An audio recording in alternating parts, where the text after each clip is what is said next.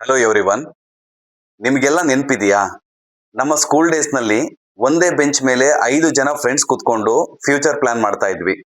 ನಾವ್ ಯಾವಾಗ್ಲೂ ಹೀಗೆ ಇದೇ ತರ ಫ್ರೆಂಡ್ಸ್ ಆಗಿರೋಣ ಕಂಡ್ರು ಅಂತ ಹೇಳಿ ಒಬ್ರಿಗೊಬ್ರು ಪ್ರಾಮಿಸ್ ಮಾಡ್ಕೊಳ್ತಾ ಇದ್ವಿ. ಡೈಲಿ ಚಾಟು, ಡೈಲಿ ಕಾಲು, ಡೈಲಿ ಮೀಟು ಎಲ್ಲ ಚೆನ್ನಾಗಿಯೇ ಇತ್ತು.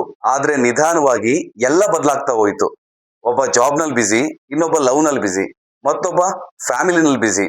ಕೊನೆಗೆ ಒಂದೇ ಗ್ರೂಪ್ ನಲ್ಲಿ ಇದ್ದವ್ರು ನಾವೆಲ್ಲ ಇವತ್ತು ಸ್ಟೇಟಸ್ ನೋಡಿ ರಿಯಾಕ್ಟ್ ಮಾಡೋ ಮಟ್ಟಿಗೆ ಮಾತ್ರ ನಮ್ಮ ಫ್ರೆಂಡ್ಶಿಪ್ ಉಳಿದಿದೆ. ಇದ್ರಲ್ಲಿ ಒಂದು ವರ್ಸ್ಟ್ ಫೀಲಿಂಗ್ ಅಂದ್ರೆ ಏನ್ ಗೊತ್ತಾ? ಒಂದ್ ಟೈಮ್ ನಲ್ಲಿ ನಮ್ಮ ಫ್ರೆಂಡ್ಶಿಪ್ ಗ್ರೂಪ್ ನಲ್ಲಿ ನಾವ್ ಇರ್ಲಿಲ್ಲ ಅಂದ್ರೆ ನಮ್ಮ ಫ್ರೆಂಡ್ಶಿಪ್ ಸರ್ಕಲ್ ಕಂಪ್ಲೀಟ್ ಆಗಿದೆ ಅಂತ ಹೇಳಿ ಫೀಲ್ ಆಗ್ತಾನೆ ಇರ್ಲಿಲ್ಲ.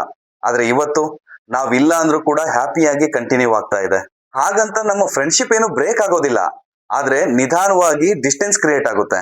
ಆದ್ರೂ ಓಲ್ಡ್ ಫೋಟೋಸ್ ನೋಡಿದಾಗ, ಓಲ್ಡ್ ಚಾಟ್ ನೋಡಿದಾಗ ಆ ಮೆಮೊರೀಸ್ ಎಲ್ಲ ಮನ್ಸಿಗೆ ಏನೋ ಒಂಥರ ಹಿತ ಕೊಡ್ತವೆ. ರಿಯಲ್ ಫ್ರೆಂಡ್ಸ್ ದೂರ ಆದ್ರೂ ಕೂಡ ಆ ನೆನಪುಗಳು ಮಾತ್ರ ಯಾವತ್ತೂ ದೂರ ಆಗಲ್ಲ. ಇಷ್ಟೆಲ್ಲ ಆದ್ಮೇಲೂ ಕೂಡ ನಮ್ಮ ಬಿಗ್ಗೆಸ್ಟ್ ಫ್ರೆಂಡ್ ಸರ್ಕಲ್ ಅಲ್ಲಿ ಒಬ್ಬ ಫ್ರೆಂಡ್ ಮಾತ್ರ ನಮ್ ಜೊತೆ ಕೊನೆಯ ತನಕ ಉಳಿತಾನೆ.